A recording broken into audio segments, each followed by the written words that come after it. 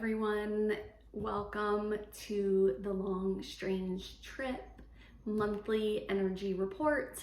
I'm your host, Holly Ramey, and I'm going to give you a little tarot reading and astro update for May 2024. So before I begin, I just want to say thank you for being here and welcome to many of the new subscribers that are here. I generally offer these monthly reports to paid subscribers, and I opened it up last month for everyone, and I'm going to do so this month as well because I do have a bunch of new followers and I want you to be able to see my face and say hello and say welcome. Thank you so much for being here. Thank you to Jeff Hinshaw, where many of you came from, the Cosmic Cousins newsletter, the new Substack. Jeff is a great friend and mentor to me. I did the Brooklyn Fools, maybe some of you have as well. It was such an amazing experience that really started me on my tarot journey. So I'm so happy to have you. And yeah, reach out, ask any questions in the comments.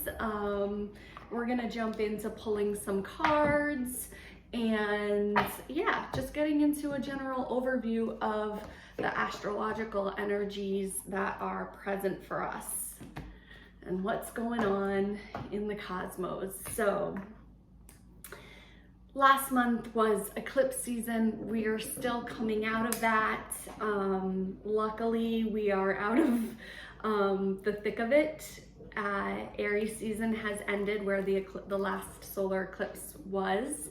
I was here in upstate New York in the Hudson Valley, and we got to see it. We got to see, it wasn't total, but it was very close, and it was a beautiful day and it was very cool. And yeah, eclipse season was really powerful this year for me. A lot of things were really eclipsed out of my life. Just patterns, relationships, perspectives, you know, a real big challenge to assert boundaries as well. So it was quite a wild ride. We also had Mercury retrograde during the eclipse season, which that gestation direct on Friday, which I believe was the 25th of April. And so the sun has moved on into Taurus. We're in Taurus season. Mercury is stationing direct. It already has. It's starting to move forward, get out of the shadow period. So we may feel some things, some communication being able to flow more easily.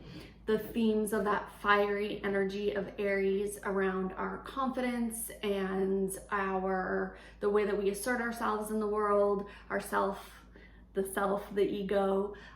Those themes are now shifting into Taurus, which is an earth sign, so it's more grounded, more focused on stability, physical body, health, routines, money, the more tangible aspects of our lives, right?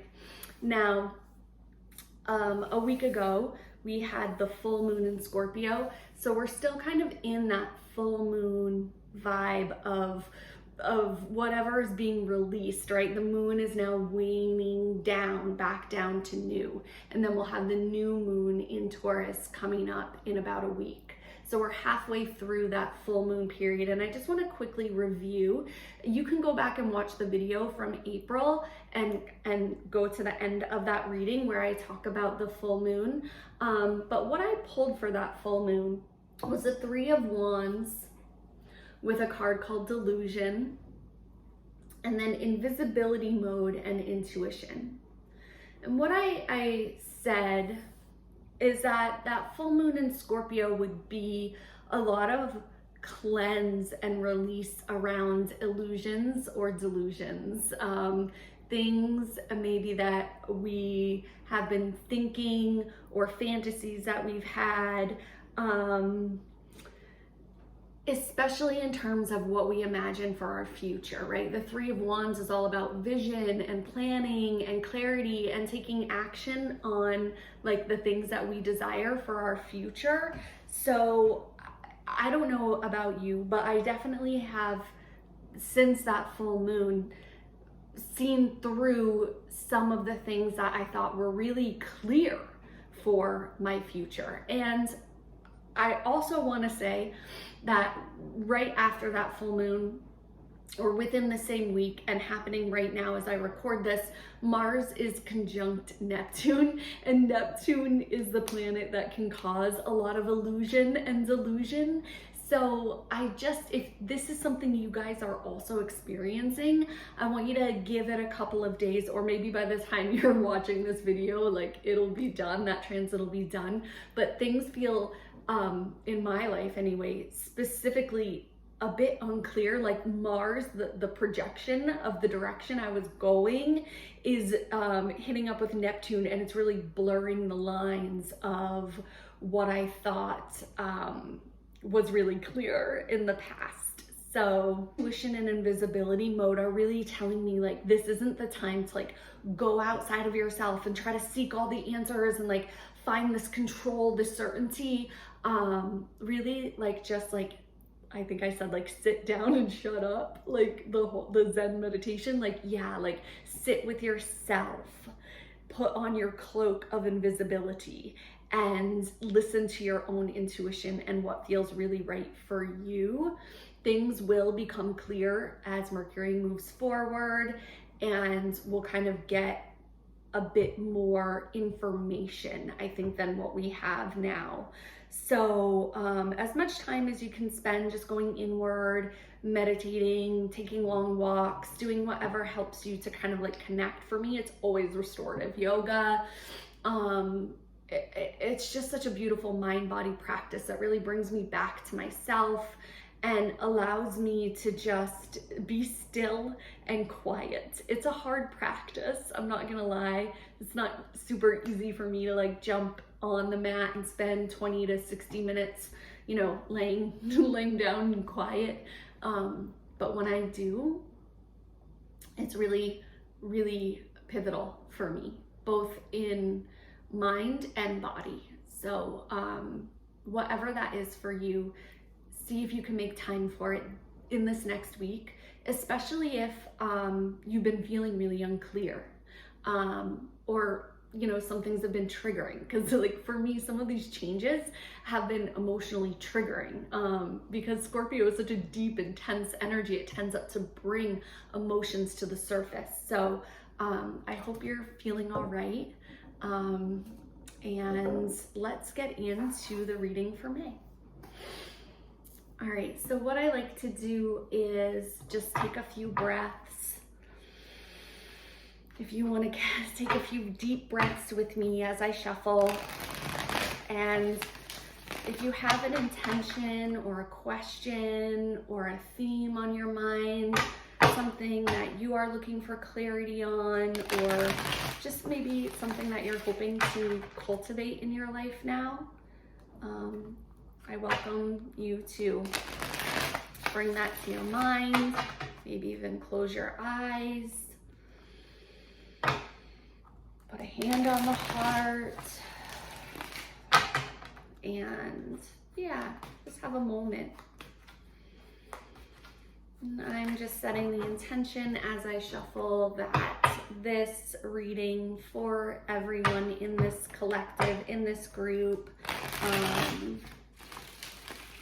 be for your highest and best good, and for you to take anything that resonates and just completely leave anything that doesn't, and you know, stay open to the possibilities. There's so many possible ways that we can read these cards and perspectives that we can view them from. So please feel free to bring your own interpretations to what I'm saying, and the cards that are coming through, and share too, comment, share. I'm always open to new perspectives. So pulling a card, a group of cards for the month of May 2024.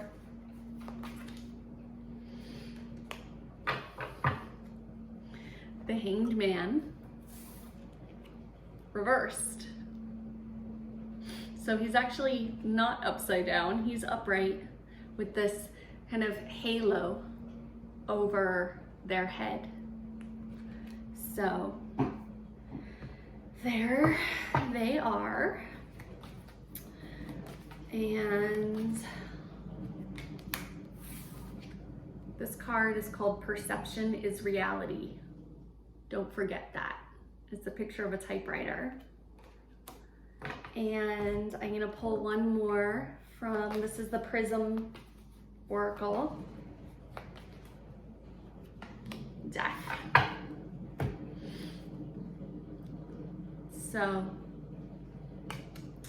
okay. You know, we had the Hanged Man come through for us in, I believe it was February, which made sense because the Hanged Man is often associated with Pisces season. Pisces is the last sign of the zodiac, and it really is about surrender and going with the flow. It's such a Piscean energy because it's you know, this lack of perceived control, right? Perception is reality. And what do we really have control over? Not much, but we do have control over our own responses and reactions to things, not always our external circumstances. But when I see the Hanged Man in the reversed position, it's always so interesting to me because instead of hanging upside down, looking for a new perspective, he's upright, and it's like they're experiencing some kind of clarity with this halo around the head. And I always think of inversions in yoga, like when you're doing headstand or handstand, it takes a minute to get your proprioception right. Like you really have to think about where your body is in space and what it means to draw your tailbone towards your heels because they're in the opposite direction. And you know, the challenge of seeing things from a new perspective or feeling things from a new perspective. And it seems like there has been a big perspective shift. Maybe it was the eclipses, maybe it's Mercury going direct. That's kind of, we've reviewed some things and now we're ready to move forward and take action on what we learned. There was also that big Jupiter-Uranus conjunction, which could have created some like disruption and just like, oh wow, something's got to change, right? Something's not right here, or something feels off, something is like, we're gonna rebalance something in a way. We're gonna disrupt something and innovate it, right? Make it better. Uranus is very innovative. It wants change for the better, for more efficiency, more productivity, just so things can run more smoothly. So I feel like something's becoming clear. A new perspective is coming through for us. And we're ready to change. We're ready to end a cycle, a pattern, a job, a relationship, a project. Doesn't matter what it is. It could be something really tangible. Like we're in Taurus season, it could be a way you make money, or a routine that you have around your health or your wellness or your diet or anything really. And I feel like even though the Hanged Man can be so much about surrender and go with the flow, and like coping with uncertainty, I do feel like there is more clarity. Definitely more than we experienced in February, because I'm seeing it reverse and because of this perception is reality, which is challenging us to see things from a new perspective. And the clarity, the halo around the head is opening our eyes to something new. So new possibilities coming through, endings for sure, for sure. You know, we're about to have, maybe it's already happening, but May 1st is the energy of Beltane, which is the midway point between the spring equinox and the summer solstice. And so such a great time to check in and like, what were we doing during the spring equinox? What path were we on? What intentions were we setting there? And now kind of a check-in point with that on our work towards, you know, whatever it is, whatever seeds were being planted in spring, whatever was blossoming for us then. You know, I love the cross-quarter holidays and the earth holidays just because they, you know, they're universal, and no matter where we are or what our beliefs or our culture, we can always relate to the seasons and what's happening outside. And, you know, Beltane here it kind of feels, the spring equinox here, often nothing's blooming yet, right, at the end of March, but now here we are in May and everything's in full bloom, right? And so it feels like there's a lot happening. It's a really big burst of energy and a celebration, right? So it could even be nice to check in now at Beltane, and especially if you pulled cards or set some intentions around the equinox, just checking in, right, to see where you're at with the growth of those at this midway point to the solstice, which is the full sunlight. Okay, so I believe it's May 8th, the new moon, the moon wanes down to new, totally dark moon. And I always think of the new moon as like the beginning of the next cycle, right? So when this is a time when we're kind of like, the full moon illuminated something, it helped us shed, it helped us release. That dark moon, you know, it gets really dark. It's like we're composting. It's like we're like giving things back into the soil. And then at the new moon, to me, is like the planting of the seed to begin the new cycle, the new growth. So a new moon in Taurus, again, earthy, grounded energy. This is going to happen on May 8th. You know, Taurus, like I said, brings us into the material, the earth element. It's also associated with the neck, the vocal cords, the throat and the thyroid gland, throat chakra, self-expression, you know, how we communicate in the realm of those earthly themes. Something like that may come up for you. Always just interesting to pay attention to the body parts too. So I'm going to pull a set of cards for the upcoming new moon in Taurus on May 8th. Any themes, any guidance for us there? The 7 of Wands,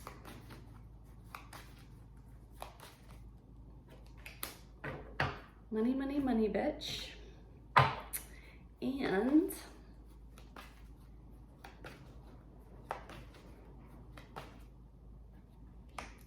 sadness. Okay. 7 of Wands, we see a figure here standing with the wand kind of in front of him like this. It's a pretty defensive stance, okay? This card is pretty straightforward. It's about money, material, wealth, abundance, again, the flow, the exchange of give and receive of the work we do, the resources that we have. And then sadness. What this really feels like to me is looking at our relationship with, I don't know, either money, like just straight up money, or our resources. And that isn't just money, but like your time, your energy, your attention, like what you have available to give and receive, and just addressing anywhere where like there's some grief here around this. Whether this is something like, you know, working with scarcity mentality, or working with, there's a way in which we feel like we have to defend ourselves or protect our position. right? And with the sevens, you know, the sevens I do associate with a little bit of illusion. So because, you know, the illusion with the seven is like, he's got to protect himself. There's an enemy. And I always think of this, especially with this card, like perception is reality and the Hangman reverse, like as we're becoming clear about some kind of pattern that we have of defensiveness, like getting clear on like what the boundary is, like, is there an actual threat? Do we need to come at it aggressively, or are we in this kind of like reflective, reactive stance because we're expecting an attack? Or do we really need to stand our ground? Do we really need to stick up for ourselves? Have we been allowing someone or something to take advantage, and now we need to kind of stand up and fight for our needs to be met, for more abundance, more time, more energy, more resources. This can be asking for a raise. This could be death, leaving a job that's just not paying you well, not treating you well, not respecting you or valuing you. Or maybe there's a relationship where you don't feel valued, right? Think about themes around your self-worth. Think about situations that are maybe affecting your self-worth or your sense of security or material stability. You know, Taurus rules money and the material. All of the earth elements are associated with the material in some way. But yeah, this seven is really making me feel like there is a sense of like standing up for ourselves in this area and making sure that we're not harboring bitterness and resentment because we're allowing ourselves to be in situations where we're not being valued. Okay.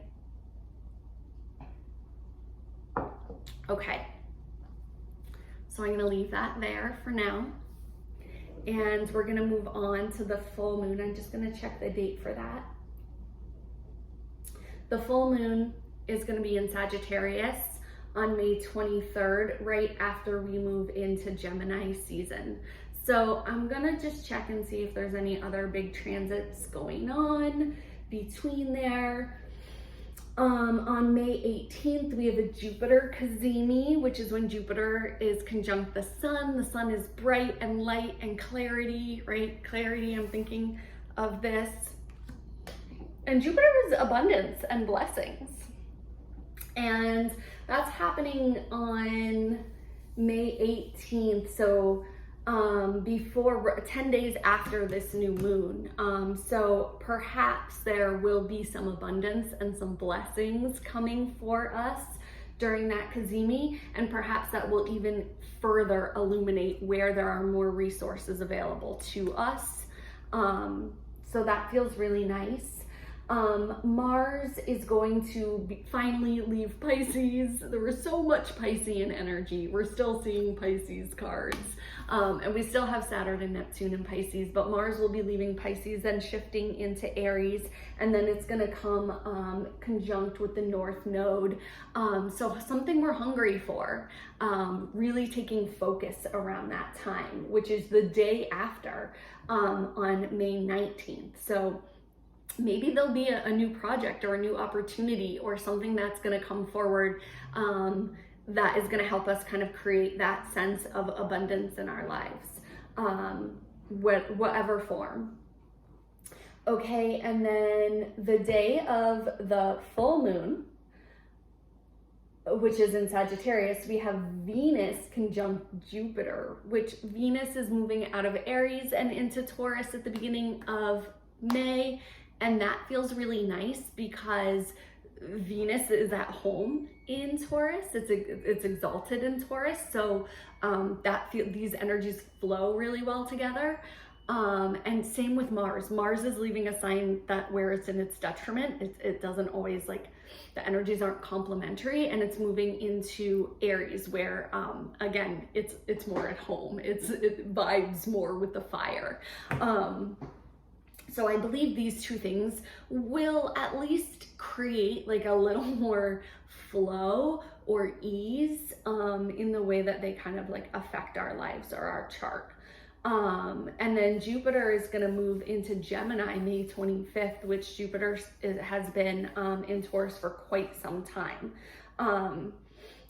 I think over a year. So that'll be another like big shift in energy and focus around what's being expanded in our lives. Okay.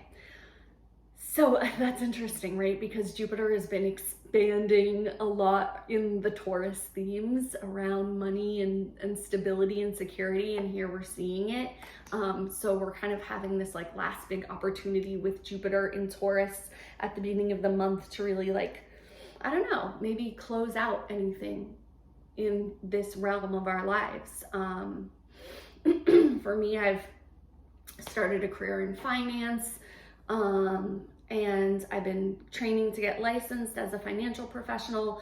So, you know, this really hits for me around those Taurus themes with Jupiter and Taurus. I've been learning so much about money and finances, right? And getting licensed and understanding kind of like how I want to apply that and how I want to use that wisdom and knowledge, not only for myself, my personal financial situation, and heal some of my own financial trauma, but also how I can use it to help others.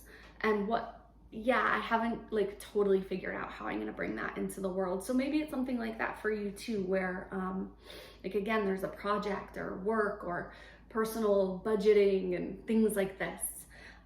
Okay, so I'm gonna do one more set. I think we're almost at 30 minutes, so I don't want to keep you guys too long.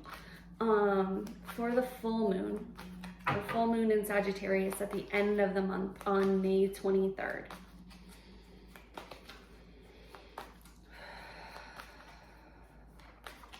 Okay, the World. It's a big month, you guys. We got the World, the last tarot card in the deck. Trash Magic, one of my favorite cards. I call it the MacGyver card. I'll show you in a minute. There's a glue gun on it. And Surrender. Okay, a major ending. Very similar to what we've already seen, death, trash magic, and a card called Surrender. So, you know, listen, we're already looking at these themes, like the Hanged Man is surrender, you know, death, and the World, and trash magic, which is like your imagination is the first form of magic that you had, like it's kind of about letting it come together like imperfectly and using the tools you have at your disposal and not worrying if everything's not like in perfect working condition. Like it's fine, like just utilize the resources available and make some shit happen. Like, you know, I'm trying to think of like, I pulled trash magic once when I like had something wrong with my car and I couldn't afford to like go get like the whole like exhaust system replaced. So I like went to the car store, AA or something like that, and I bought this like tape and I like taped my muffler on for like a month while I could, you know, save. The World is the last card in the deck, and it's a major ending, a major cycle ending, a major life lesson learned, some kind of karma leaving and allowing us to move forward on like a whole new journey. And all I'll say is like endings are weird, they're rocky, they're uncertain, they're uncomfortable, and even when they're absolutely planned and necessary and we're transitioning something that we knew we were transitioning out of, a job, a career, a project, a relationship, like even when we know that it's coming to an end, there's still like weirdness around it. Like we still have to surrender to the process. There's still some grief, you know, of that closing, of that ending. There's still the weirdness of trying to figure out a whole new structure, a whole new routine, a whole new project, whatever it is. So something coming to a close for us, a big close at the end of this month. And I have a feeling like we probably already know what it is. Like when we get to the world, it's not this like big sweeping, like, you know, like the tower. It's something we're wrapping up, something we've been wrapping up probably for a while. So just giving yourself grace to let that ending unfold on its own, and to surrender to the process of it, and to use the tools that you know you have, and just let it be messy and imperfect and a little weird as it closes out. And don't give yourself a hard time at all. Like I always like to say in readings, one-on-one readings, like give yourself some real time to close this up. Don't just rush forward into the next thing. Like give yourself some space. Maybe you like are ending a job or a project. Like give yourself, sorry guys, if you can hear that, it's a loud motorcycle outside. Give yourself a week or two to like decompress before you start the next thing, or whatever it is, in any way that you can surrender to the process. I hope that this reading served you well. Please comment below with any questions, comments, additions to it, interpretations. Let me know if it resonates for you. Again, thank you so much for being here.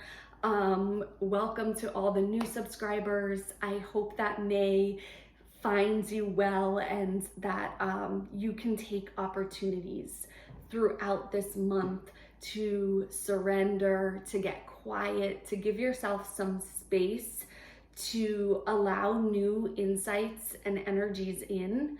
And yeah, to just be really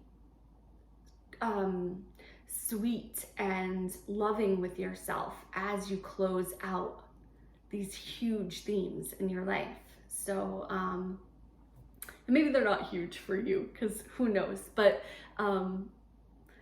if they are, big or small, good luck with it.